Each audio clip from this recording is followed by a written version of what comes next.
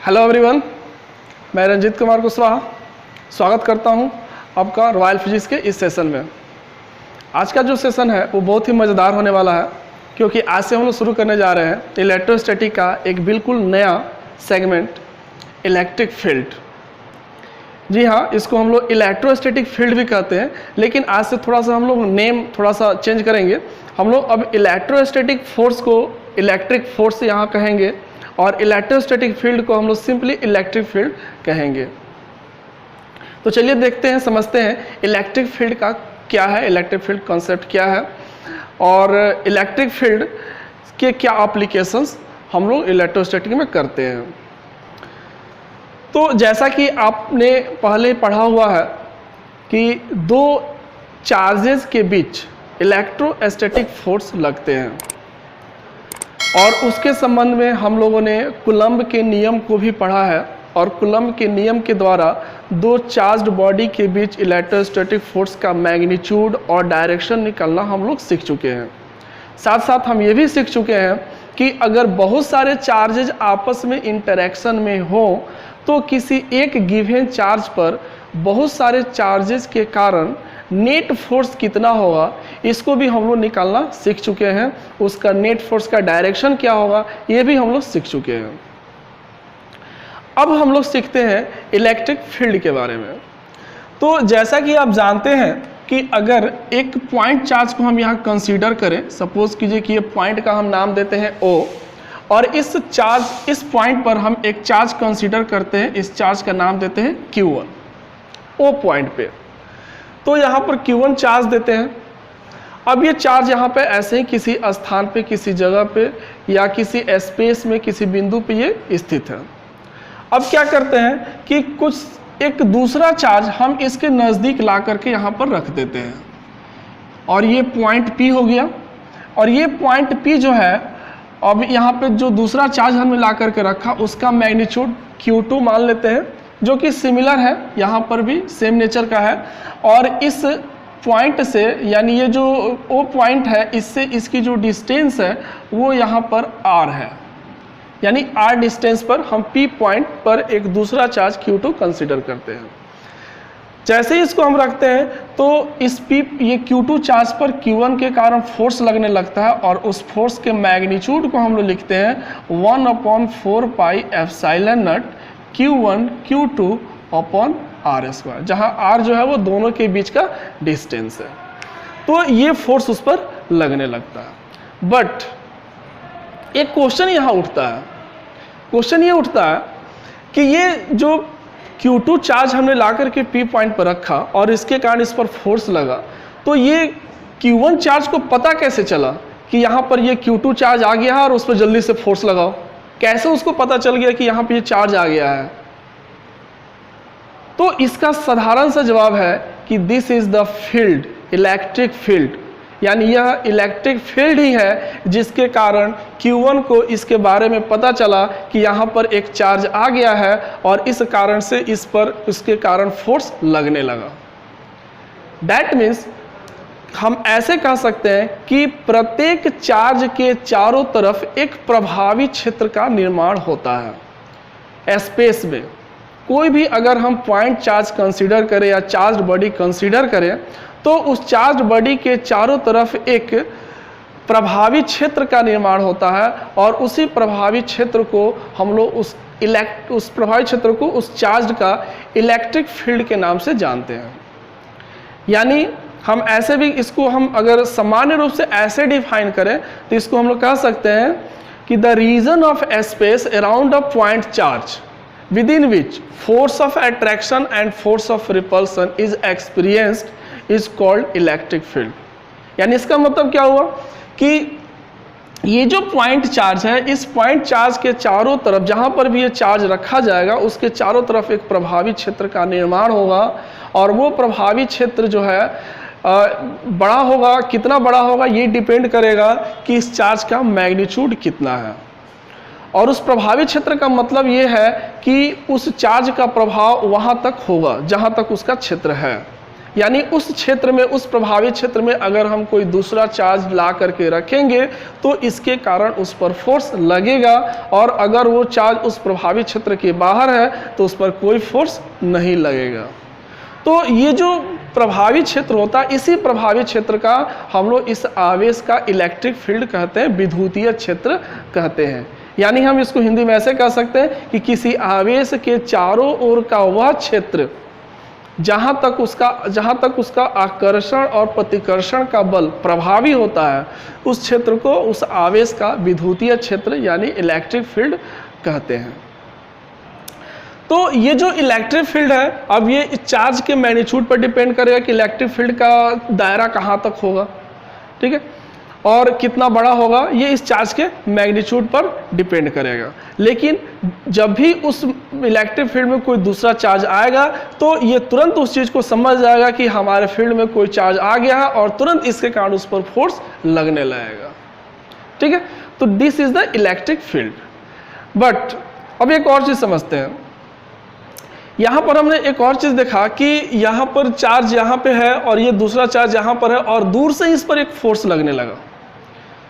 तो आप लोगों ने पिछले क्लासों में पढ़ा होगा बल के बारे में कि किसी भी वस्तु पर जो बल लगता है वो बल दो तरह से हम लगा सकते हैं। एक बाय फिजिकल कांटेक्ट, जैसे कि अगर मान लो कोई फुटबॉल है तो अगर उसको हमको किक मारना है तो पैर तो वहाँ तक हमारा चिप जाएगा तभी तो हम उसको किक मार पाएंगे, यानी बिना फिजिकल कांटेक्ट के हम उसको किक नहीं मार सकते हैं। तो हमने किक मारा, डैट मीन्स कि हमने उस बॉल पे फोर्स लगाया और वो फिजिकल कांटेक्ट के द्वारा फोर्स लगा। लेकिन यहाँ पर जो फोर्स लगा वो कैसा है, वो हमने कहीं फिजिकल कांटेक्ट नहीं किया, ना ही यह इस पर फोर्स लगाया फिजिकल कांटेक्ट किया, दूर से ये फोर्स लग रहा है।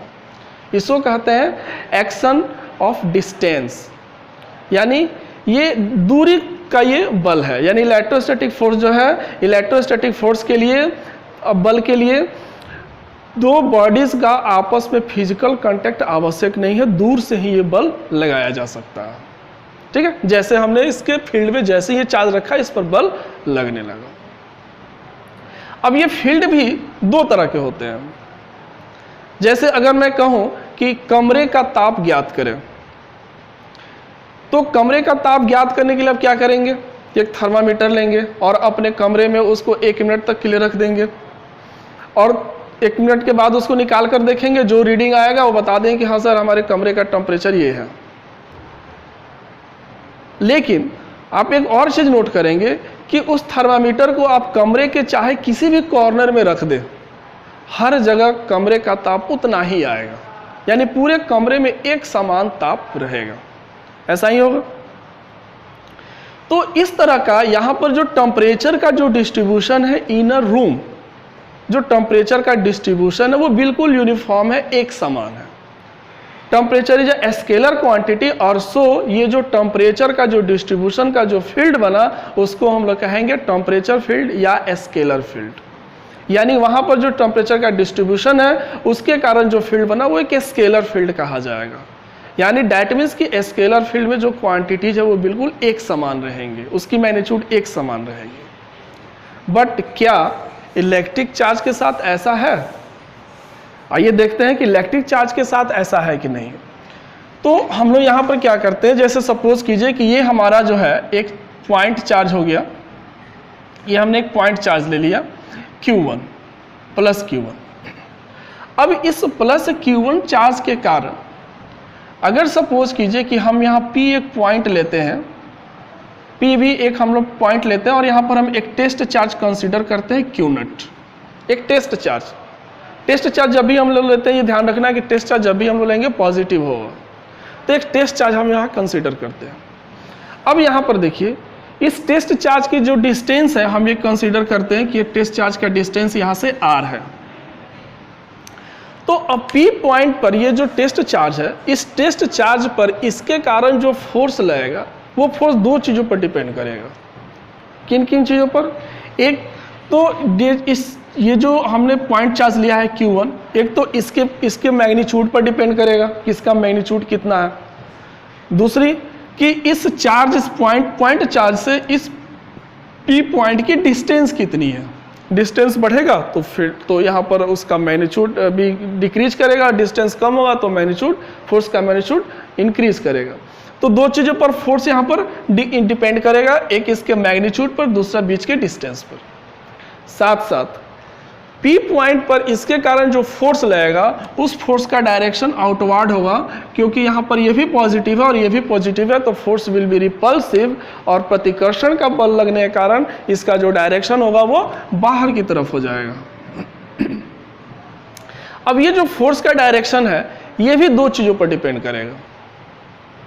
किस किस चीज़ पर डिपेंड करेगा?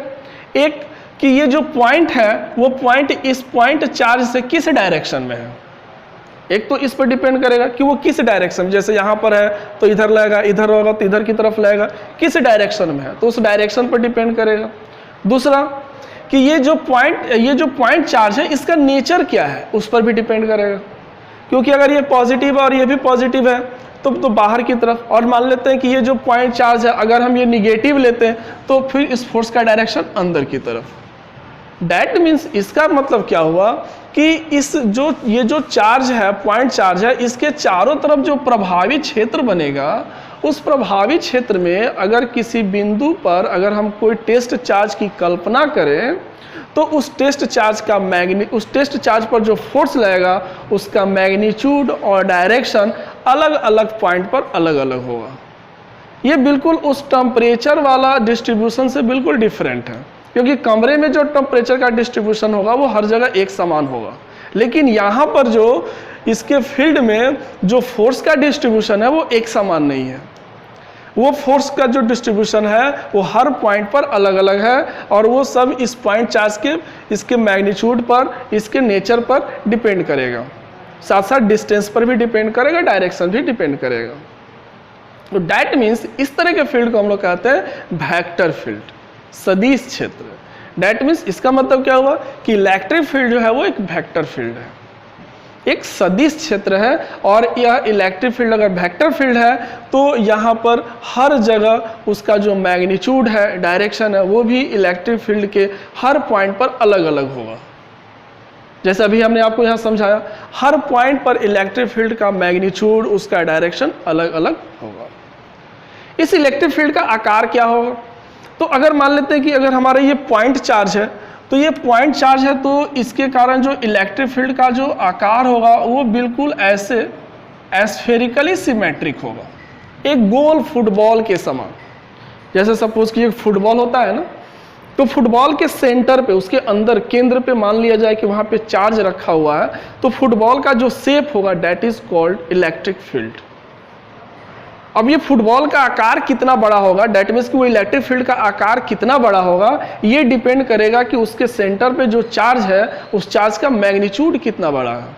चार्ज का मैग्नीट्यूड जितना बड़ा होगा उस फुटबॉल का आकार, डेट मीन्स कि उस इलेक्ट्रिक फील्ड का आकार उतना ही बड़ा होगा।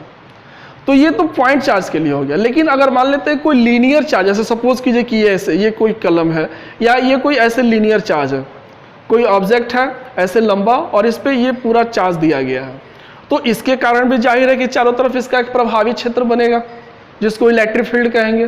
तो वो प्रभावी क्षेत्र कैसा होगा? अब वो प्रभावी क्षेत्र तो गोल फुटबॉल के समान नहीं हो सकता है, क्योंकि ये कोई पॉइंट चार्ज नहीं है, लीनियर चार्ज है। तो इसके कारण जो प्रभावी क्षेत्र होगा वो भी एक बेलन के आकार का होगा, सिलिंड्रिकल फॉर्म में। जैसे यहाँ पर ये हमारा लाइन चार्ज हो गया, तो इसके कारण जो इलेक्ट्रिक फील्ड होगा वो हमारा ऐसे हो जाएगा, ये हमारा ऐसे इलेक्ट्रिक फील्ड उसके कारण बन जाएगा, ये बेलन के आकार का। और ये मान लेते हैं कि ये चार्ज्ड हो गया ऐसे, तो ये बेलन के आकार का उसका इलेक्ट्रिक फील्ड हो जाए। तो जिस शेप का चार्ज बॉडी होगा उसके चारों तरफ जो प्रभावी क्षेत्र का निर्माण होगा वो उस चार्ज बॉडी पर ही डिपेंड करेगा और उसका प्रभावी क्षेत्र उस आकार का होगा। ठीक है, अब आइए हम लोग समझते हैं कि जैसे हम लोग तो ये समझ गए कि किसी पॉइंट चार्ज के चारों तरफ एक प्रभावी क्षेत्र होता है, उस प्रभावी क्षेत्र को हम लोग इलेक्ट्रिक फील्ड कहते हैं, जहां तक उसका आकर्षण प्रतिकर्षण का बल प्रभावी होता है। ये जो प्रभावी क्षेत्र यानी जो इलेक्ट्रिक फील्ड है यह एक वेक्टर फील्ड है, और इस वेक्टर फील्ड में हर पॉइंट पर इस लगने वाला जो फोर्स है उस फोर्स का मैग्नीट्यूड, डायरेक्शन, वो सब कुछ डिफरेंट होता है। बट डिफरेंट होगा, लेकिन फिर भी किसी पॉइंट पर उसको हम डिफाइन करें, कैसे करें, यानी किसी अगर सिंगल पॉइंट पर अगर उसका स्ट्रेंथ हमको बताना हो कि इलेक्ट्रिक फील्ड का यहाँ पे स्ट्रेंथ क्या होगा, तो कैसे उसको डिफाइन करेंगे। आइए इसको हम लोग सीखते हैं कि कैसे इलेक्ट्रिक फील्ड का स्ट्रेंथ हम निकालेंगे। तो इलेक्ट्रिक फील्ड एक वेक्टर फील्ड है, और वेक्टर फील्ड में मैग्नीट्यूड और डायरेक्शन उस फील्ड के हर पॉइंट पर डिफरेंट होता है। तो किसी एक पॉइंट पर फील्ड का स्ट्रेंथ क्या होगा और उसका डायरेक्शन क्या होगा। तो इसको समझने के लिए इलेक्ट्रिक फील्ड के किसी पॉइंट पर स्ट्रेंथ को डिफाइन हम लोग करते हैं कि अगर किसी पॉइंट पर, फील्ड के किसी पॉइंट पर अगर हम किसी यूनिट टेस्ट चार्ज को रखें, unit test charge, that means कि उसका मैग्नीट्यूड 1 होगा और वो टेस्ट चार्ज होगा, डैट मीन्स कि वो पॉजिटिव चार्ज होगा, वो सिर्फ टेस्ट के लिए रखा होगा जिसका मैग्नीट्यूड 1 होगा। तो अगर किसी यूनिट टेस्ट चार्ज को, जैसे सपोज कीजिए कि हम यहाँ पॉइंट लेते हैं P और हमने यहाँ पर एक यूनिट टेस्ट चार्ज को कंसीडर किया, तो यूनिट टेस्ट चार्ज को रखने से इस पॉइंट चार्ज के कारण जो भी यहाँ फोर्स लगेगा that is called field strength at that point. यानी जो भी इस चार्ज के कारण इस यूनिट चार्ज पर फोर्स लगाया जाएगा वही फोर्स इस P पॉइंट पर फील्ड का स्ट्रेंथ कहा जाएगा। अब ये P पॉइंट का डिस्टेंस जिसके साथ जैसे जैसे चेंज होगा वैसे वैसे फील्ड का मैग्नीट्यूड भी चेंज होता जाएगा, और जैसे जैसे P पॉइंट का स्थान चेंज होगा वैसे वैसे उसका डायरेक्शन भी चेंज होता जाएगा।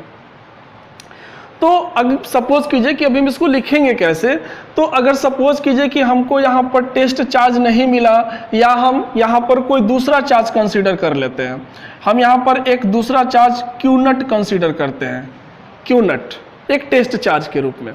तो जैसे ही हम इसके यहाँ पर रखेंगे तो इस पर एक फोर्स लगेगा, तो फोर्स लगेगा तो उस फोर्स में अगर हम इस टेस्ट चार्ज से डिवाइड कर दें तो डैट मीन्स कि force due to force on unit test charge निकल जाएगा, क्योंकि ये जो फोर्स लग रहा है F, यह F फोर्स क्यू नट चार्ज पे लग रहा है।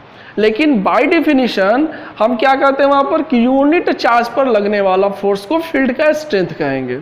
लेकिन हमने तो चार्ज लिया है क्यू नट, तो हम क्या कर सकते हैं, तो हम ये कर सकते हैं कि क्यू नट चार्ज पर जो फोर्स लग रहा है उस फोर्स में अगर हम क्यू नट चार्ज से डिवाइड कर दें तो हमको वहाँ पर यूनिट चार्ज पर लगने वाला फोर्स निकल जाएगा, और उस यूनिट चार्ज पर लगने वाले फोर्स को हम लोग उस पॉइंट पर फील्ड का स्ट्रेंथ कहेंगे और उसको हम लोग E से डिनोट करेंगे।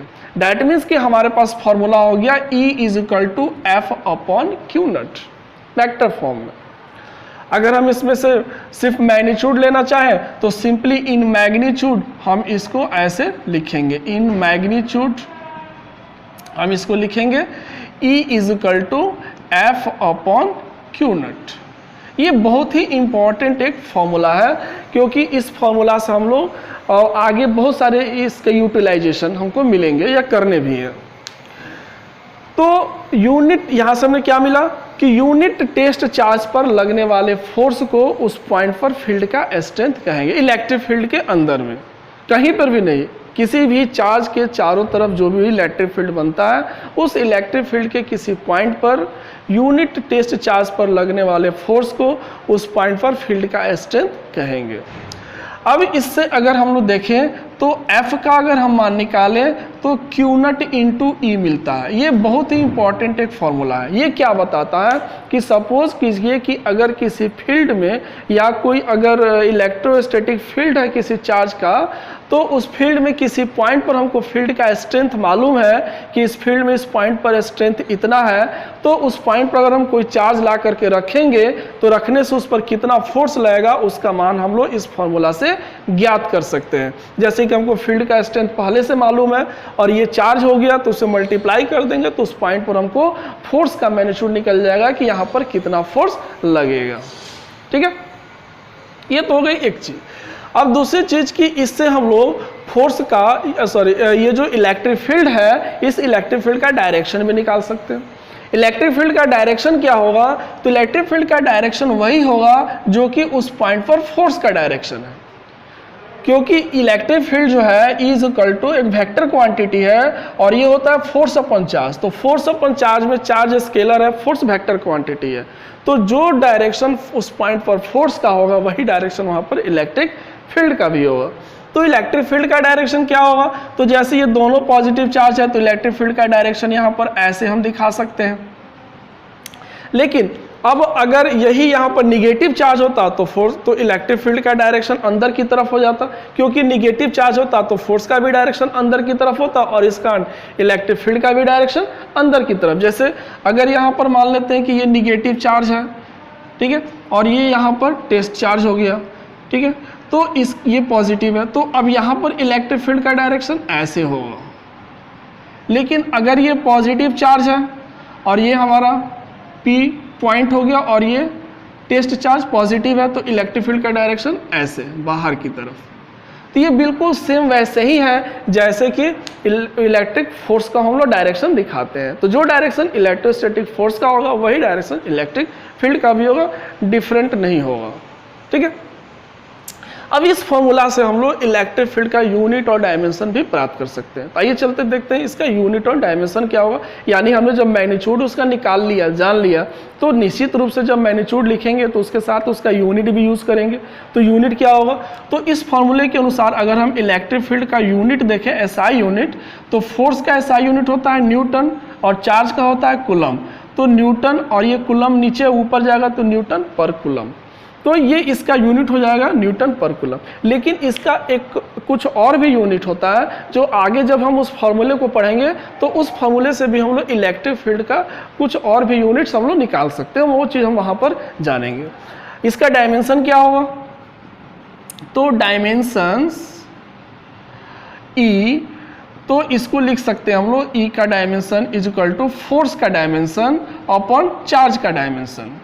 तो फोर्स का डायमेंशन जो होता है हम सभी लोग जानते हैं mlt-2 और चार्ज का डायमेंशन होता है at। तो इसको एक साथ मिलाएंगे, इसको mlt ये नीचे है ऊपर जाएगा तो ये हो जाएगा -1 और ये -2 मिल करके -3 और ये हो गया a-1, mlt-3 a-1 यहाँ पर डायमेंशन हो जाएगा। तो हम लोगों ने क्या क्या समझा?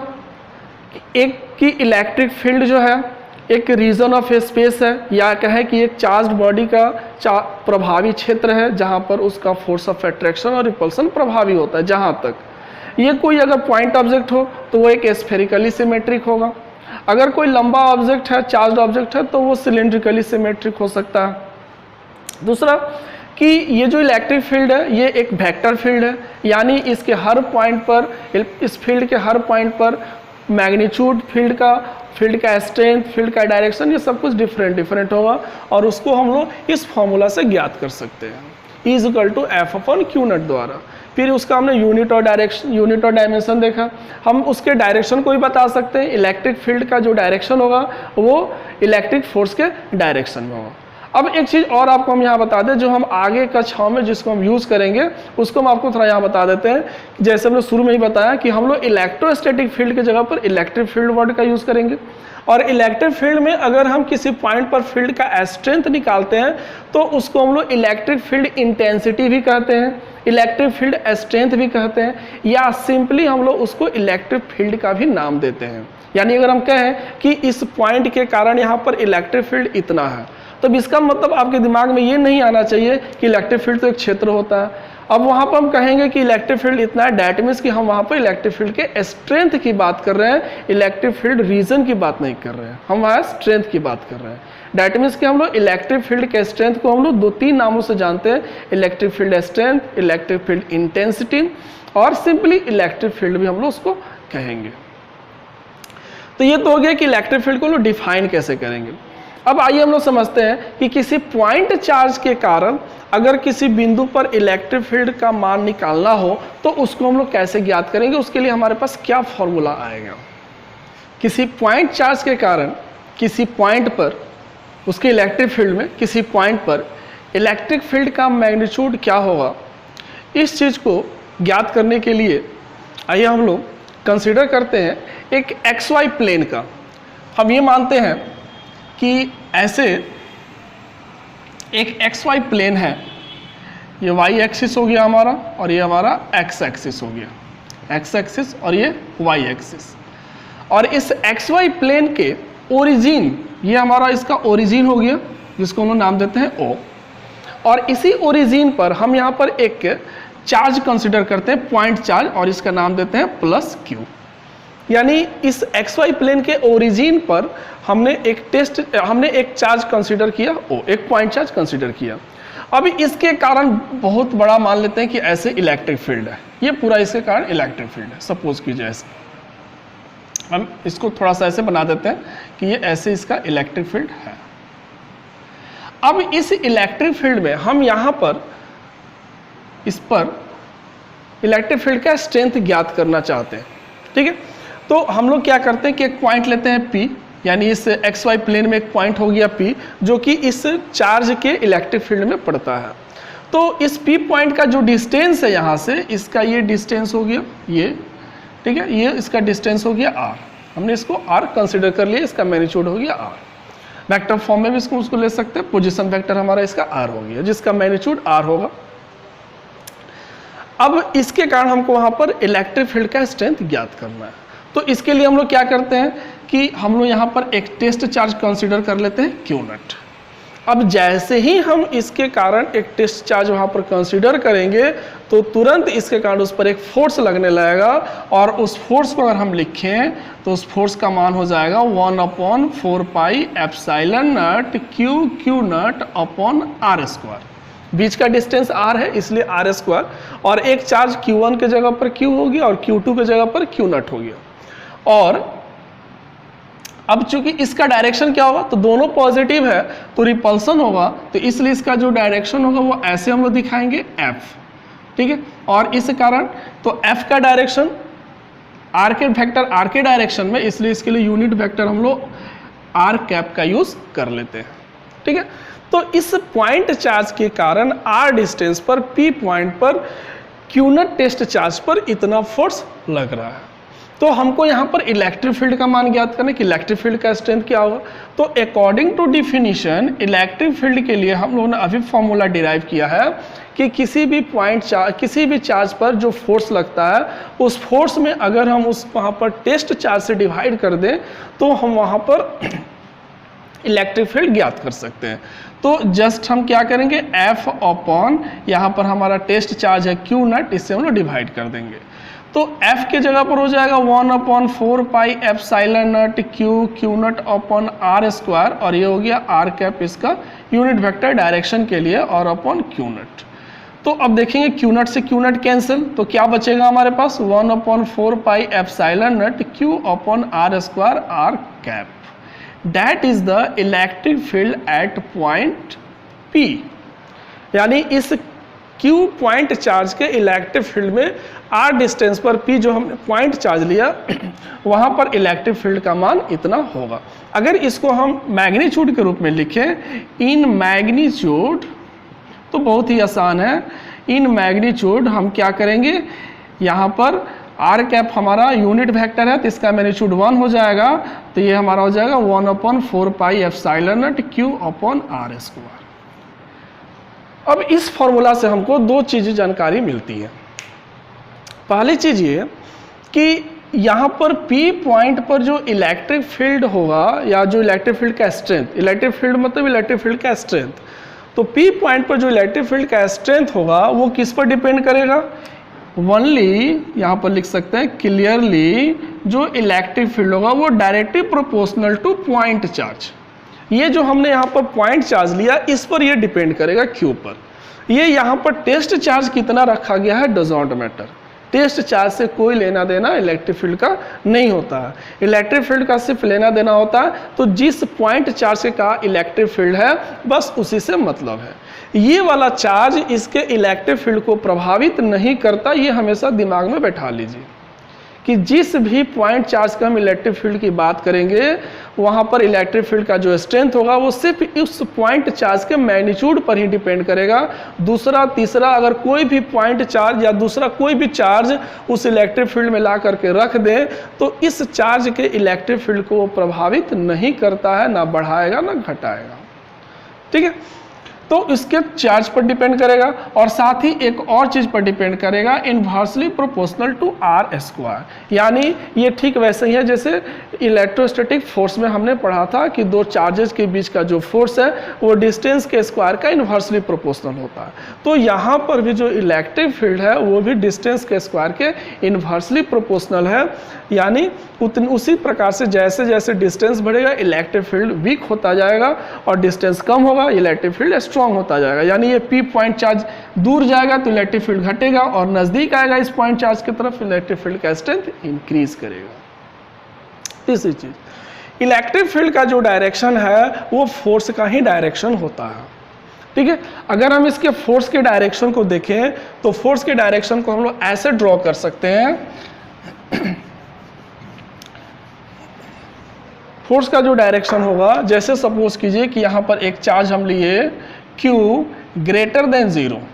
Q ग्रेटर देन 0 का मतलब क्या हुआ कि जो चार्ज है वो पॉजिटिव है, तो उसके लिए जो इलेक्ट्रिक फील्ड का जो डायरेक्शन होगा वो ऐसे हम ड्रॉ करेंगे। इलेक्ट्रिक फील्ड हमारा आउटवर्ड होगा, आप देख रहे हैं यहाँ पे ऐसे आउटवर्ड।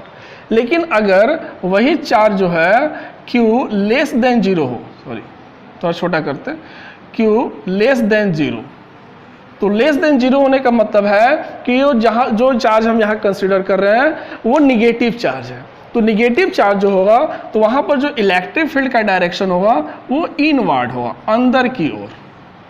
ऐसे उसको हम ड्रॉ करेंगे अंदर की ओर।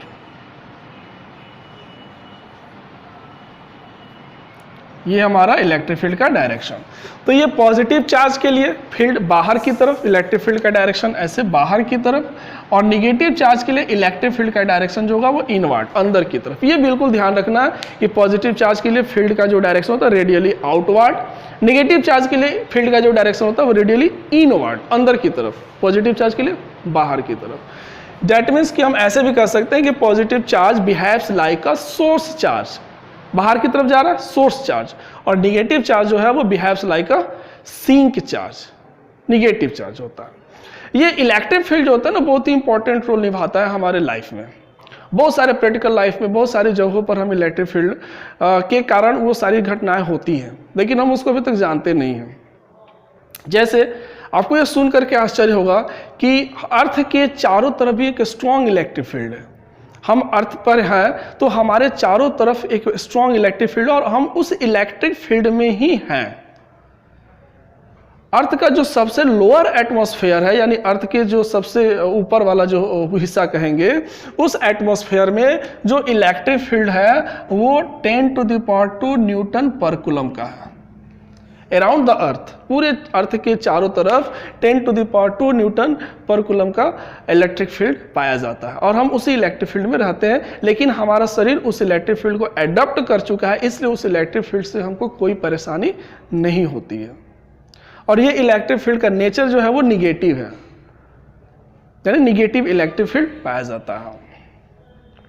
इसी प्रकार से हम लोगों ने बहुत पहले इलेक्ट्रोस्टैटिक में एक एग्जांपल लिया था कि हम बालों को, सूखे बालों को कंघी करते हैं। तो सूखे बालों को कंघी करते हैं तो वो जो कंघी होता है वो चार्ज हो जाता है।